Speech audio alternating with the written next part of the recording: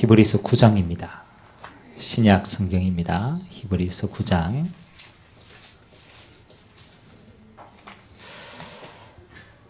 27절, 28절 두 절만 같이 한번 보도록 하겠습니다. 제가 가진 성경은 363면입니다. 363면.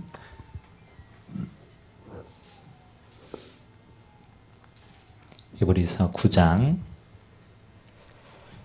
27절, 28절 찾았으면 우리 한 목소리로 같이 한번 읽도록 하겠습니다. 한 번 죽는 것은 정하신 것이요 그 후에는 심판이 있으리니 이와 같이 그리스도도 많은 사람의 죄를 담당하시려고 단번에 들이심 바 되셨고 구원에 이르게 하기 위하여 죄와 상관없이 자기를 바라는 자들에게 두 번째 나타나시리라. 아멘. 히브리서 기자가 우리 인생에 대해서 이렇게 얘기했습니다. 한 번 죽는 것은 모든 사람에게 이미 정해진 것이다. 그렇죠. 여러분 인생을 사는데 죽음이 있다는 것은 우리가 그렇잖아요. 모든 사람에게 임하는 것입니다. 그러나 그 죽음 이후에 성경에는 심판이 있다라고 기록하고 있습니다. 그리고 예수님께서 이 땅에 죄를 위해서 단번에 들이신 바 되었고 우리의 구원에 이르게 하기 위해서 주님께서는 부활하시사 우리에게 두 번째 나타나시겠다라고 고백하고 있습니다. 신앙생활하는 우리는 모든 사람의 생각은요 다 다릅니다. 배운 지식만큼 다르고 경험만큼 다르고 어떤 면에서는 자기 체질과 내려온 가문의 흐름만큼 다 달라요.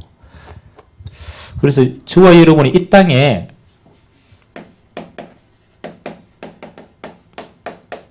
어떤 문제가 와도 여러분은 절대 기준을 가지고 있어요. 사단은요, 우리가 하나님의 말씀으로 기준을 탁 잡고 있지 않으면 언제든지 그렇게 속입니다.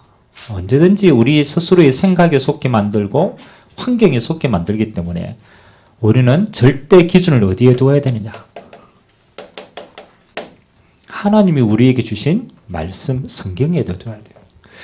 그래서 오늘 하나님의 말씀에 하나님이 이 땅의 모든 것을 섭리하시는데 우리의 인생이 뭐라고 얘기하느냐? 시한부 인생이다.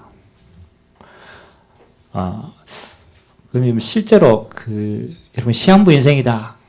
그럼 이 말은 여러분 어디 가면 이렇게 탁 와닿겠어요? 그렇죠. 병원에 의사 선생님이 암인데 그냥 초기도 아니고 중기도 아니고 말기라. 그래서 당신 아주 3개월이다. 그러면 그 사람은 이제 시한부 선고를 받은 거예요. 자기 인생에 3개월밖에. 근데 거의 대부분 맞아요. 거의 한 3개월 되기 전에 합니다. 그래서 우리는 그 사람 보고 시한부 삶을 산다라고 이야기를 합니다. 근데 과연 우리 인생이 시한부 아닙니까? 그렇잖아요. 여러분 오늘 예배 마치고 가다가 어떻게 될지 압니까? 맞잖아요. 그럼 어떻게 살면 우리 인생 자체도 물론 우리가 죽는 날 하나님 앞에 서는 날이 있지만 어떻게 될지 모르는 시한부 인생인데 우리는 영원히 살 것처럼 착각하고 늘 삽니다. 그래서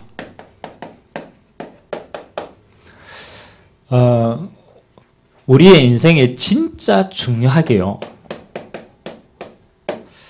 스스로가 자각하는 게 참 중요합니다. 자각한다라는 것은 스스로가 깨닫는 거죠. 우리는 인생을 살고 있는데 거의 자각하지 못하고 그냥 살고 있어요. 우리 인생의 자각이 그렇잖아요. 어떻게 다 제한돼 버리느냐? 항상입니다. 우리는 참 교만하게 돼요. 내가 생각하는 게 맞다라고 자꾸 생각해요. 그 나 중심의 삶을 아주 어렸을 때부터 그렇게 각인되고 키워져 왔습니다. 여러분 나이가 점점 들면요. 다른 사람 말 안 들어옵니다. 정말 안 들어옵니다. 나이 든 할머니들 다 이야기하면요. 할머니들은 희한합니다. 자기에게 평생 각인된 것밖에 안 나와요. 그래 했던 말 또 하고 했던 말 또 하고. 안 그럽니까? 여러분 치매 탁 걸리면 어디로 돌아갑니까? 치매가 걸리면 현재 기억들은 전부 없어지고 옛날에 아주 각인된 기억밖에 안 남아요. 요즘 제가 요양병원에 할머니 딱 갔는데 이 할머니 이제 얼굴을 좀 익혔어요. 그래서 나를 딱 보더니 이제 자기 그 손자라고 착각을 한 거예요. 그 손을 잡고 딱 병실 안으로 들어가더라고요. 병실 안에 침대 밑에 딱 이렇게 들더니 그 안에 먹을 거 다 숨겨놨어. 옛날에 할머니들 왜 따뜻한 이불 밑에 숨겨놨더니 그거 옛날 생각나. 너 음식이 다 썩었어. 그래 그거 참 귀한 손이 왔다가 그거 집어내주려고. 어디로 돌아가느냐. 내 자각등. 그러면 우리는 그냥 나 중심이라고 생각하지만 하나님을 떠난 인간은요. 어쩔 수 없어요. 나의 절대적인 창조자 하나님을 내가 모르기 때문에 내 경험과 내 각인된 뿌리 속에서 우리는 평생 살아갑니다. 그래서 지혜로운 사람은 그렇잖아요. 진짜 지혜로운 사람은 이렇게 생각합니다. 아, 이 내 생각이 틀릴 수도 있다. 그래야 안 그래요? 이게 진짜 지혜로운 사람. 소크라테스가 진짜 그 아테네의 수많은 철학자들을 만나면서 그 당시에 어마어마하게 철학이 발달됐는데 만나면서 문답법, 질문하고 답하는 거야. 그래가 뭐라고 물었냐? 소크라테스. 야, 네가 지금 안다라고 하는 게 진짜 아는 거냐? 계속 물었어. 계속 물어가 어디까지 물었냐? 아, 내가 잘 모르구나. 그게 진짜다. 그래서 소크라테스가 무슨 말을 했습니까? 네 자신을 알라. 이거는 네 꼬라지를 알라는 말이 아니고 네가 진짜 알고 있는 게 그게 진짜냐? 그렇잖아요. 네가 진짜 알고 있는 거는 딱 한 가지다. 네가 모른다라는 걸 진짜 알고 있는 거다. 우리가 인생을 살면요. 우리는 나도 모르게 창세기 3장의 사단이요. 이렇게 딱 가둬버립니다. 나라고 하는 것으로 모든 걸 판단하고 속게 만듭니다. 그래서 뭘 못 보게 만드느냐. 이걸 못 보게 만들어요. 우리에게는 정말로 우리를 만드신 하나님만이 우리를 진짜 말해줄 수 있고요. 하나님만이 우리 인생의 모든 일어나는 것에 대한 의미와 답을 줄 수 있는 거예요. 그래서 이걸 보지 못하도록 이렇게 만들어버린 거예요. 자, 그러면 우리는 하나님을 잘 모르잖아요. 그래서 우리는 하나님이 하신 말씀이 우리에게 딱 기준으로 쓰이지 않으면 우리는 항상 이렇게 돌아갑니다. 자각한다라는 것은 뭐 하는 겁니까? 요거대로 딱 자각하는 거예요. 그래서 저와 여러분이 하나님의 말씀 기준이 뿌리 내려지는 것만큼 내 것이 틀렸다라고 하는 것을 알게 되었습니다. 제가 저번에 한번 그런 얘기 했잖아요. 이게 얼마만큼 중요하냐면요. 저 볼리 이렇게 네거리 가면요. 도로가 굉장히 넓은 도로 있잖아요. 알레앙스 가는 죽전 네거리까지 가는 거기 몇 차선 정도가 돼요? 왕복 한 12차선 정도 되나? 굉장히 넓어요. 아직까지 저는 그 할머니가 너무너무 익신 차를 타고 딱 가는데 할머니가 무단횡단을 하다가 신호가 바뀌었어요. 그래 시골에서 올라왔는지 머리에 뭐 들리고 할머니가 막 그리고 갑자기 신호가 풀리니까 양쪽에서 차가 오잖아요. 그래가 할머니가 놀라가지고 그 안 주저앉았어. 그래가 지나가던 차선에 경적을 막 울리고 난리죠. 왜냐하면 교통이 막히니까. 한 사람도 나가 도와주는 사람이 없어. 지나가면서 욕하는 거라. 아이고 이 노인네야. 이거 막아주고. 그 이야기를 듣고 있던 할머니 인상이 어떠냐. 제가 딱 보기에 이런 인상이죠. 아이고 내가 너무 오래 살았구나. 그런 거 있잖아요.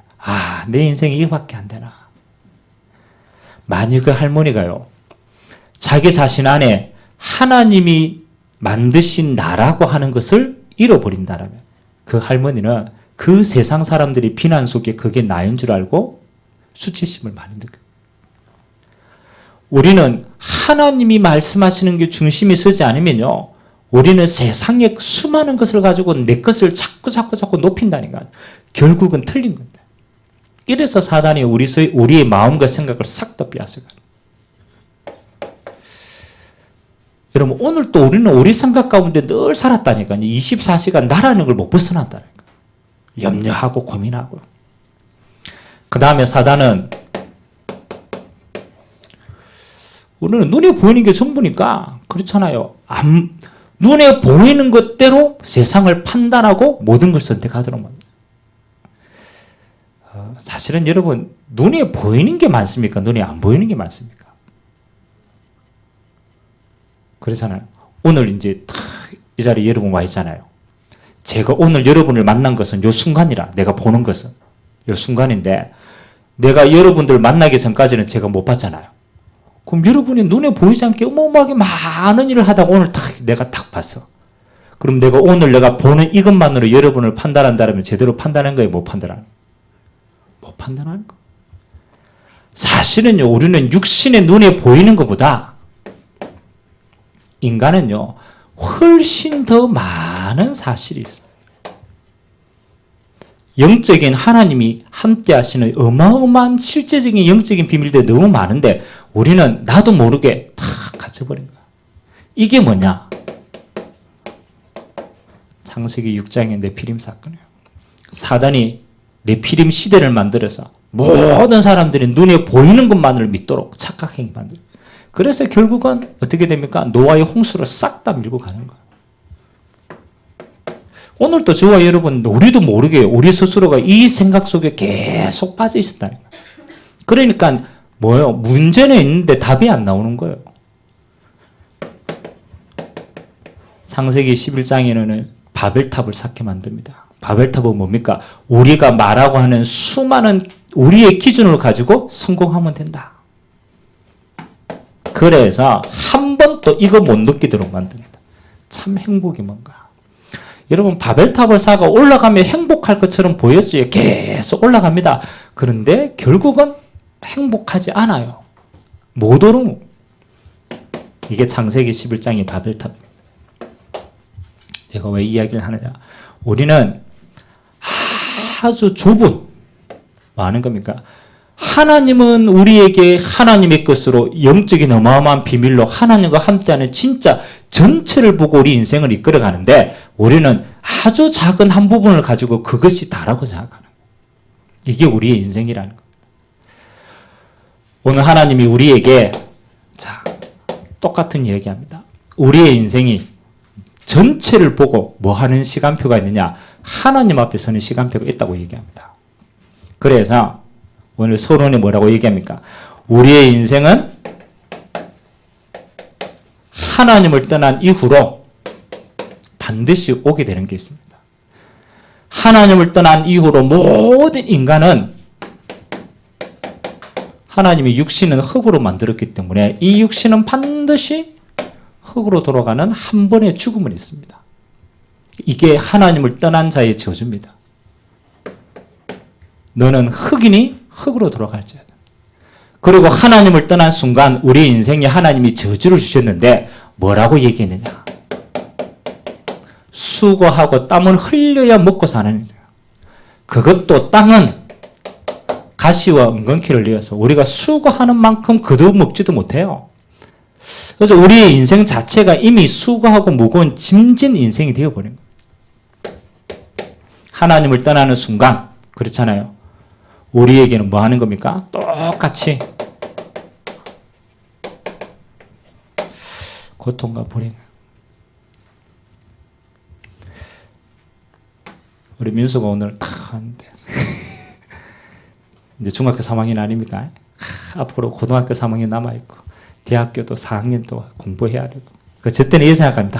빨리 공부만 안 했으면 좋겠다. 요새 그랬나? 그렇지. 아이고, 언제 공부만 안 하면 행복할 것 같아요. 빨리 어른 되고 막. 근데 아빠한테 한번 물어봐. 공부할 때가 행복했는지, 일할 때가 행복한지. 우리 인생은요, 이것만 안 하면 그렇지 않습니다. 살아가면 살아갈수록 더 힘들어요. 차라리 공부할 때가 편하지. 안 그래요? 그래. 졸업하면은 그때부터 이제 행복 끝, 고생 시작. 아무리 살아도 쉴 데가 없어요. 공부하는 것도 마찬가지고 사는 것도 마찬가지고. 하나님을 떠난 인생은 고통과 불행의 연속이기 때문에 하나님을 떠나서는 어떤 곳에서도 쉼이 없어요. 안식이 없다는 거예요. 왜 그렇습니까? 쉼과 안식이 되시는 하나님 안에 있지 않기 때문에 하나님 밖에는 어떤 경우에도 없어요. 죽음밖에 없어요. 그래서 하나님이 우리에게 빨리 생각하라고 얘기합니다. 우리 인간에게 있어서는 인생은 어떤 인생이다? 반드시 기한이 있는 인생이다. 여러분 언제 철이 듭니까? 요거 생각하면 철이 들어요. 아, 인생에서 한 번은 죽는구나. 나도 죽을 날이 있구나. 죽을 날이 멀지 않았구나. 그렇게 생각한다라고 한다면 여러분이 가지고 있는 지금의 많은 염려와 그렇죠 문제가 사실은 크지 않습니다. 우리가 이렇게 생각하지 않기 때문에 우리는 우리 생각 가운데 많이 빠지죠. 자, 성경에 반드시 나와 있습니다. 누가복음 16장. 누가복음 16장은 부자와 나사로의 비유입니다. 부자도 살았을 때는 잔치하고 너무너무 잘 살았어요. 나사로는 거지예요. 그래서 이 부자가 던져주는 그거 먹고 살았어. 근데 이 부자는 너무 잘 살아가지고 살았을 때 하나님을 만나지 못한 거예요. 이 나사로는 거지였지만 다행히 하나님을 만났어요. 죽으니까 어떻게 됩니까? 반대가 딱 되었어요. 부자는 심판대 앞에서 하나님을 못 만나기 때문에 지옥에 가고, 나사로는 살았을 때 너무 고생했는데 죽어서 하나님을 만나서 천국에 가요. 그래서 나사로가 부자를 보고 딱 너와 우리 사이에는 큰 불구덩이가 있어가지고 서로 왕래를 하지 못한다. 이 지옥에 있는 부자는 얼마만큼 영원한 고통을 당하느냐. 나사로에게 이야기합니다. 내 소원 한 가지가 있다. 뭐냐 이러니까 물 한 방울만 탁 해가지고 내 혀에 서늘하게 해달라. 그게 내 소원이다. 여러분 하나님이 없는 곳은요 그만큼 비참한 거예요. 성경에 분명히 나와 있습니다. 천국과 지옥과 영원한 내세가 있다는 거예요. 사도행전 27장 24절에서 25절에는 바울의 신앙 고백입니다. 우리가 잘 알듯이 바울은 예루살렘에 가면 네가 죽게 될 것이다 라고 얘기했는데 바울이 이렇게 고백해요. 나에게는 달려갈 길이 있다. 이 사명을 감당하는 것을 마치려 하면은 나의 죽음도 조금도 나의 생명도 조금도 귀한 것으로 여기지 않는다. 육신의 생명보다 더 중요한 영원한 생명이 있음을 알아요. 영생이 있기 때문에 육신의 생명, 그죠? 이걸 뛰어넘을 수 있는 겁니다. 전도서 3장 1절에서 21절에는 뭐라고 얘기합니까? 모든 것에는 때가 있다. 날 때가 있고 죽을 때가 있다. 이 말은 하나님은 이 때를 알고 계시고 준비하십니다. 여러분의 날 때와 여러분의 죽을 때는 분명히 하나님의 손 안에 있습니다. 그래서 시한부 인생이라는 거예요. 시편 90편에도 똑같이 모세의 고백이죠. 우리 날 계수함을 가르치사 지혜로운 마음을 얻게 하소서. 히브리서 9장 27절 오늘 이야기하자면 한 번 죽는 것은 사람에게 정하신 것이다. 그리고 그 후에는 심판이 있다. 그래서 여러분들이 고민이 다 생기면요 생각하셔야 돼요. 이 고민이 잠깐 있는 이 땅에서의 고민이냐 아니면 영원한 하나님이 나를 두는 고민이냐 생각해 보시죠. 그렇죠? 여러분 이 땅에서의 고민은요 금방 지나갑니다. 하나님은 뭐라고 하냐? 영원한 삶을 위해서 사실은 고민하라고 얘기해요. 영원한 것을 위해서. 그 사람의 고민은 영원한 걸 남기는 겁니다. 그리고 반드시 죽음 이후에는 뭐가 있다고요? 성경에는 심판이 있다라고 기록하고 있습니다. 마태복음 25장 41절에 불신자의 심판은 어떤 심판이냐 한번 찾아보도록 합시다. 마태복음 25장. 하나님을 믿지 않았던 사람들은 마지막에 어떤 심판을 당하겠습니까?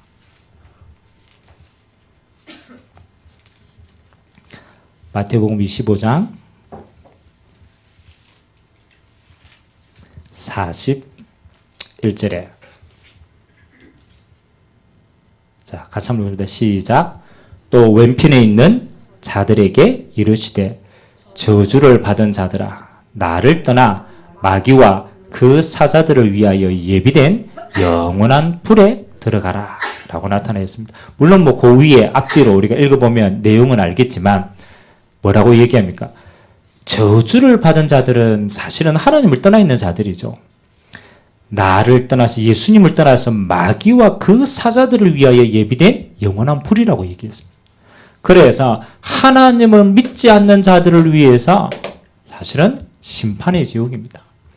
원래 지옥은 무저갱이다 라고도 얘기합니다. 이 지옥은요 사실은 누구를 위해서 가두느냐, 원래는 마귀를 가두기 위한 공간이에요. 왜냐하면 마귀는 영적인 존재이기 때문에 죽지는 않아요. 그래서 하나님이 마지막 심판 때 마귀를 가두기 위한 공간입니다. 그런데 마귀를 따르는 이 땅의 사람들도 마귀 따라 결국은 이게 가는 거예요. 이 손안에 벗어나지 못하면. 반대로 하나님을 만난 자들에게는 천국의 심판이 있는데 똑같습니다. 신자의 심판은 이렇습니다. 마태복음 10장에 한번 봅시다.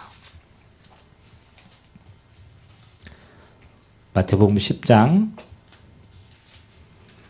40절에서 42절까지 우리 같이 한번 읽읍시다. 시작. 너희를 영접하는 자는 나를 영접하는 것이요 나를 영접하는 자는 나를 보내신 이를 영접하는 것이니라.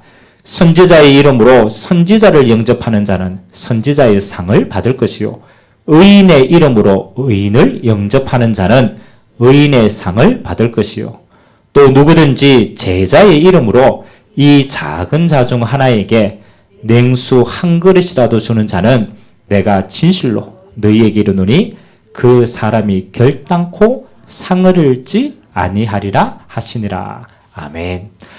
너희가 복음을 위해서 그렇잖아요. 너희가 복음을 위해서 헌신한 것은 상을 잃지 않는다. 그래서 하나님 자녀는 그렇잖아요. 심판인데 어떤 심판입니까? 영원한 상급의 심판이 사실은 기다리고 있습니다. 우리는 지옥 가지 않기 때문에. 그래서 이 땅에서 우리가 복음을 위하여 헌신한 것들 전부 하나님의 상급으로 갚으시는 심판입니다. 그래서 하나님이 오늘 우리를 이 땅에 보내신 이유입니다. 물론 우리는 우리의 인생을 열심히 살고 우리의 자아 성취도 하고 여러 가지 행복을 누립니다만 하나님이 우리를 이 땅에 보내신 것, 시한부 인생이 맞다라면 우리에게 무슨 기회를 주시느냐. 마태복음 4장 19절에 예수님께서 베드로를 부르시면서 하신 메시지입니다. 야 베드로야, 어부에서 나를 따라오너라. 내가 너로 사람을 낚는 어부가 되게 하겠다. 이 말이 무슨 말입니까? 하나님이 우리 인생의 가장 소중한 영혼을 살리는 인생. 물론 우리가 육신의 의사가 되어가지고 사람의 육신의 생명을 구원한다. 그것도 굉장히 가치가 있죠. 그러나 그 사람의 영원한 생명을 살리는 사람을 낚는 어부다. 그거는 가장 가치 있는 겁니다. 마가복음 3장 13절에서 15절 똑같은 내용입니다. 예수님께서 12제자를 다 부르시면서 이야기합니다. 야, 내가 너와 함께 있기를 원한다. 그게 구원입니다. 그리고 또 전도도 하며 귀신을 내어쫓는 권세도 주려 함이라. 전도는 우리가 복음을 말한다라고 하는 것도 맞지만 아닙니다. 전도는 이 땅에 가장 가치 있는 생명을 구원하는 겁니다. 그래서 영원한 생명을 구원하기 때문에 가장 가치 있는. 그래서 부활하신 주님께서 제자들에게 똑같이 얘기했습니다. 마태복음 28장 너희는 가서 모든 족속으로 제자 삼아라 얘기했습니다. 마가복음 16장에 너희는 만민에게 복음을 전파하라. 그렇게 얘기했죠. 요한복음 21장에는 내 어린 양을 먹이라. 이게 전부 영원한 생명하고 관계 있는 거죠. 모든 족속에게 준비되었다. 사도행전 1장 8절에는 그 영원한 생명 얻을 자가 땅끝까지 있다. 그래서 너희는 땅끝까지 증인되겠다. 이렇게 얘기했습니다. 하나님이 우리를 이 땅에 보내신 후 가장 중요한 첫 번째는 우리가 영원한 생명을 얻는 겁니다. 정말로 시험 보고 그 이후에 심판이 있고 영원한 것이 있다라면 그것만큼 귀한 게 없겠죠. 그리고 너와 똑같이 생명 얻을 자가 있는 것이다. 이것을 찾고 전달하고 누리는 게 가장 가치 있는 인생이다.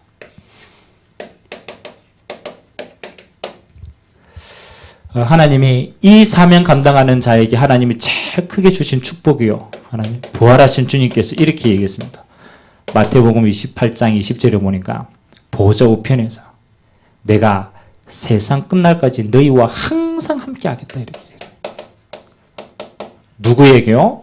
이 하나님의 영원한 사명을 이 천국 복음을 모든 민족에게 증거하는 자에게는 하나님이 눈도 떼지 않고 항상 함께 하겠다라고 약속했습니다.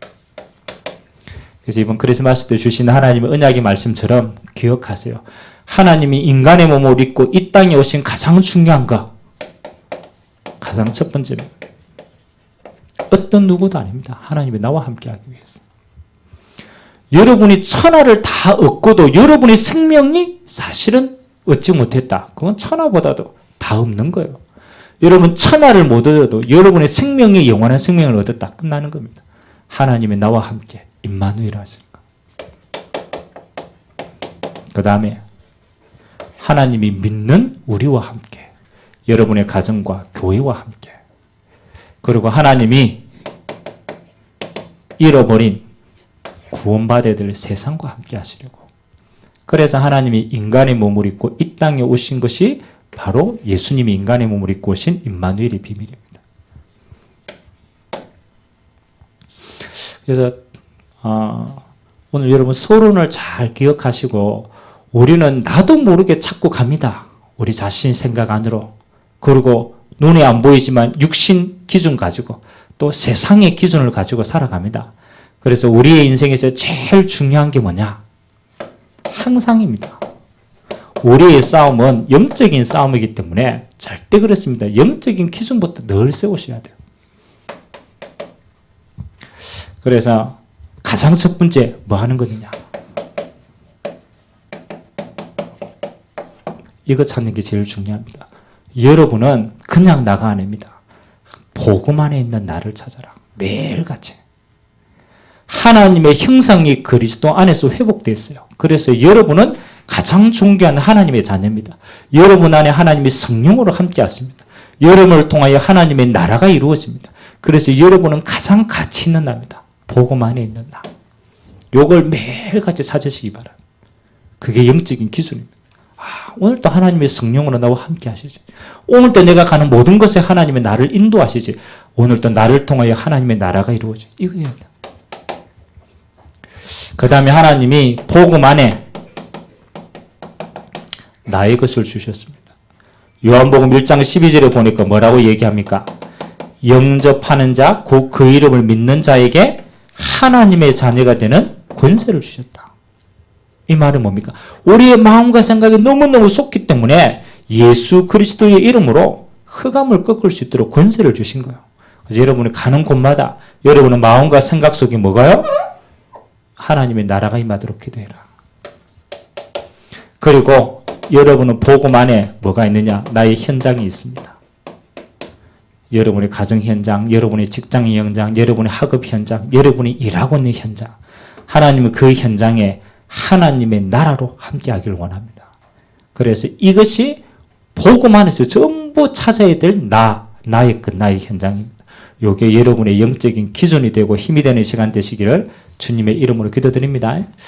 한 번밖에 없는 여러분의 인생이 하나님 앞에서 오늘 또 가장 가치 있게 쓰임받는 날 되시기를 주님의 이름으로 기도드립니다. 찬양 한 장 드리겠습니다.